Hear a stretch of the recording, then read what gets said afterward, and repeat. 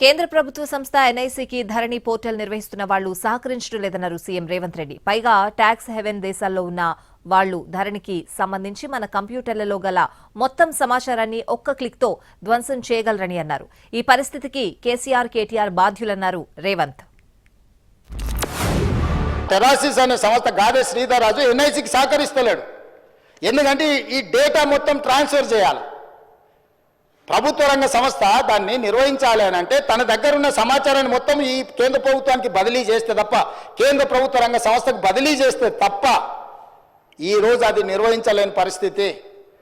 ఎందుకు మేము కొంతకాలం మౌనంగా ఉన్నామంటే ఇప్పుడు ఏ మాత్రం ఇందులో ఏ కేసులో ఇంకే విచారణకు ఆదేశిస్తే ఒక్క ట్యాక్స్ హెవెన్ కంట్రీస్లో, కేమెన్ ఐలాండ్స్లో లేకపోతే వర్జీనియా, బ్రిటిష్ వర్జీనియా ఎక్కడో ఉండి ఒక్క క్లిక్ కొడితే మన దగ్గర ఉన్న సమాచారం మొత్తం క్రాష్ అయిపోతుంది అధ్యక్ష.